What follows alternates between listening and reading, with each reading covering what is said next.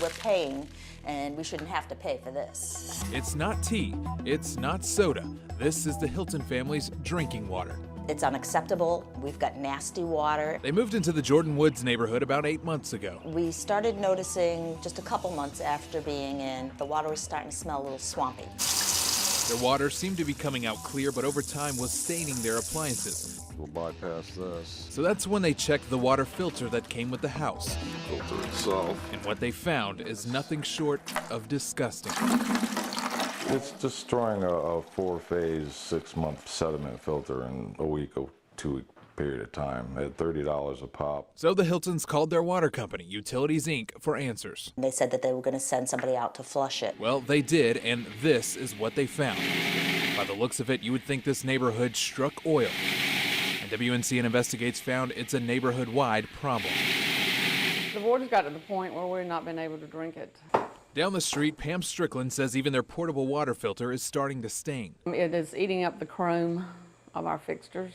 We're going to have to buy new shower heads soon. You pay money to have it, to drink it. It is useless. And across from them is Terry Ragsdale. The water out here is terrible. Some days it looks like tea. It's left stains around the toilets. The tubs are permanently stained. As a City of Raleigh firefighter, he knows a thing or two about water, and he's been trying to get this problem fixed for years. What is it doing to us? They said that's just manganese and iron, and it's good for you. So this is the community well that provides all the water for the 35 homes in the Jordan Woods subdivision. It's got a 3,000-gallon storage tank that the company admits is too small for this size community, and part of the reason that their water looks like this. But if you ask the company, they'll tell you it's safe to drink. I can clearly understand their concern and would like to extend their sincere apologies for any type of inconveniences the iron and manganese may have caused them. But the water is safe. It's safe, but we have a sample from those homes, and this is, the water that's being pumped into their homes. Would you drink this? Well, Jonathan, I have no idea the origin of that water, so I cannot comment as to whether I would drink that or not. Is this a product, though, that you would feel comfortable putting out to these homes? That's not a product that I'd like to put out to our customers, no. So we asked the state, how can this water be acceptable? Because it's not a health-based water quality standard, there's really nothing to trigger us to go out and investigate.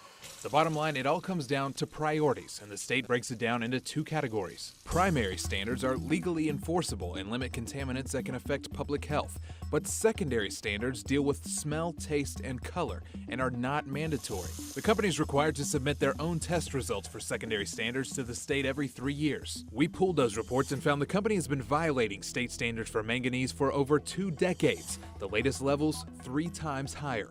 We've received, over the past 2 years, about 9 complaints from our customers in Jordan Woods. EPA studies show extreme exposure to manganese can damage the nervous system in adults and cause learning disabilities in children, but they make it clear at these levels the water is not a health risk. It sounds like there's really no enforcement action that they can take to say, this is nasty water, it needs to be cleaned up. If the problem continues, then yes, they can develop a compliance schedule. It's an aesthetic issue. It's one of our secondary limits. To them it's secondary, but to us it's still one of the primary concerns. For these homeowners, it's money down the drain.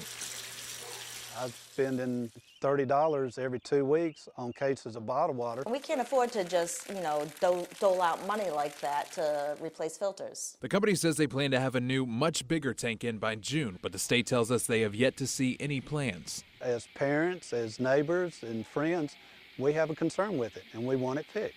Can you guarantee these customers that their water is going to be clear after these fixes have taken place? Yes, I can guarantee that. The customers should see a great improvement in their water quality within the next 90 days.